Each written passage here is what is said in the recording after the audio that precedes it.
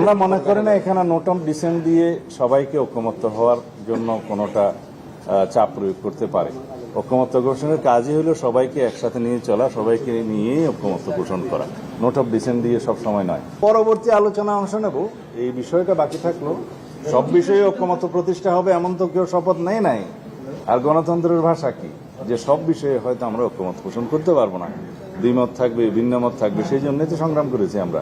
আপনারা সবাই জানেন দেশে যাতে আর কখনো স্বৈরতন্ত্রের উদ্ভব না হয়, ফ্যাসিবাদের উৎপত্তি না হয়, সেই লক্ষ্যে বিধান প্রণয়ন করার জন্য জাতীয় ঐকমত্য কমিশনের মাধ্যমে সকল রাজনৈতিক দল এবং অংশীজনের সাথে আলাপ আলোচনায় কিছু কিছু মৌলিক বিষয়ে, সাংবিধানিক সংশোধনের মৌলিক বিষয় এবং অন্যান্য বিষয়ে যে ঐকমত্য প্রতিষ্ঠার চেষ্টা চলছে, তার মধ্যে আমরা সর্বোচ্চ সহযোগিতা করে যাচ্ছি। কিন্তু আমাদের অবস্থানটা আমি একটু পরিষ্কারভাবে বলি।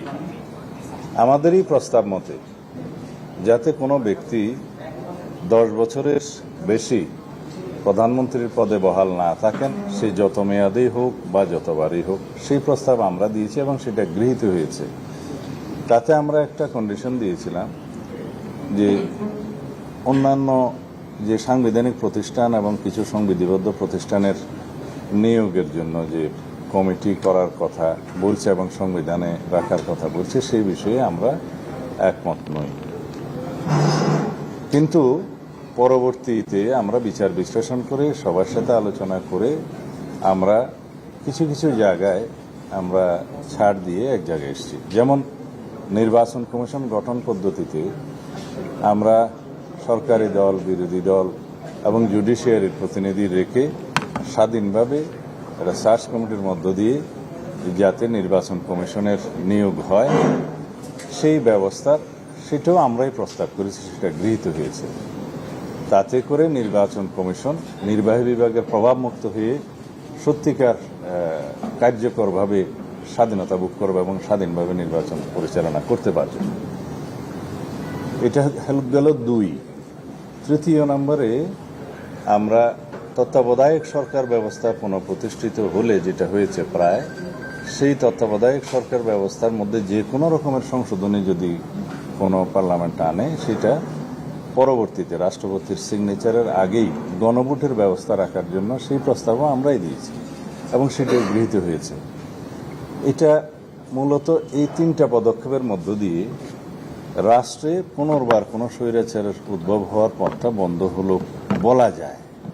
Moreover, complete independence of judiciary ensure করার জন্য আমরা অনেক প্রস্তাব দিয়েছি, ঐক্য কমিশনের অনেক প্রস্তাব আছে এবং জুডিশিয়াল রিফর্ম কমিশনের যে প্রস্তাবগুলি ছিল, প্রায় সব প্রস্তাব আমরা একমত হয়েছি। এবং আপনারা জানেন প্রায় নিত্যদিনই জুডিশিয়ারির বিভিন্ন রিট এবং তার ভার্ডিক্টের মধ্য দিয়ে ইতিমধ্যেই জুডিশিয়ারির স্বাধীনতা অনেকটা ইন্ডিপেন্ডেন্স হওয়ার পথে এগিয়ে গিয়েছে, বাকিটা হয়তো পরবর্তী সংশোধনের মাধ্যমে যাবে।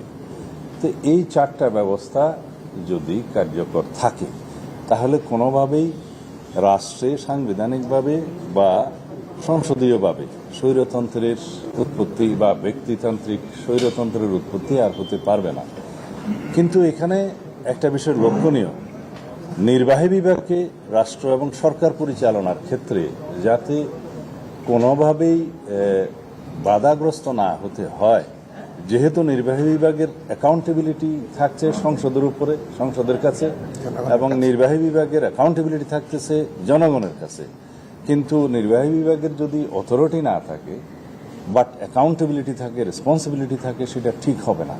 সুতরাং নির্বাহী বিভাগের অথরিটি এক্সারসাইজের ক্ষেত্রে রাষ্ট্রের বিভিন্ন অঙ্গের সহায়তার প্রয়োজন আছে। সেই বিবেচনা থেকে আমরা মনে করি যে এখন সাংবিধানিক যে সমস্ত প্রতিষ্ঠানের নিয়োগ এবং সংবিধিবদ্ধ বিভিন্ন প্রতিষ্ঠানের নিয়োগ সংক্রান্ত যে নিয়ন্ত্রণটা করতে চাচ্ছে সাংবিধানিকভাবে, সেটা যদি হয় তাহলে নির্বাহী বিভাগের কার্য সম্পাদনে এবং সঠিকভাবে একটা ভারসাম্যমূলক সরকার ব্যবস্থা এবং রাষ্ট্র ব্যবস্থা পরিচালনার ক্ষেত্রে, প্রতিষ্ঠা করার ক্ষেত্রে অনেকটা বাধা পেতে হবে। কিন্তু জনগণের প্রত্যাশা অনেক, আমাদের নতুন পরিবর্তিত অবস্থায় জনপ্রত্যাশা এবং জন আকাঙ্ক্ষা পরিপূরণের জন্য আগামী দিনে নির্বাহী বিভাগের কাছে অনেক বেশি প্রত্যাশা, অনেক বেশি কার্যক্রম আশা করে। সেই লক্ষ্যকেই আমরা সামনে রেখে মনে করি যে নির্বাহী বিভাগকে অতিরিক্ত দুর্বল করার মধ্য দিয়ে রাষ্ট্রের সেই আকাঙ্ক্ষা, জনগণের সেই আকাঙ্ক্ষা পরিপূর্ণ হবে না। সুতরাং আমরা সেই বক্তব্যটা আগেও দিয়েছি, আজকে হয়তো আবার দেব। সেটার বিবেচনা আমরা মনে করি সেই আলোচনায় আমরা অংশগ্রহণ না করাই উত্তম।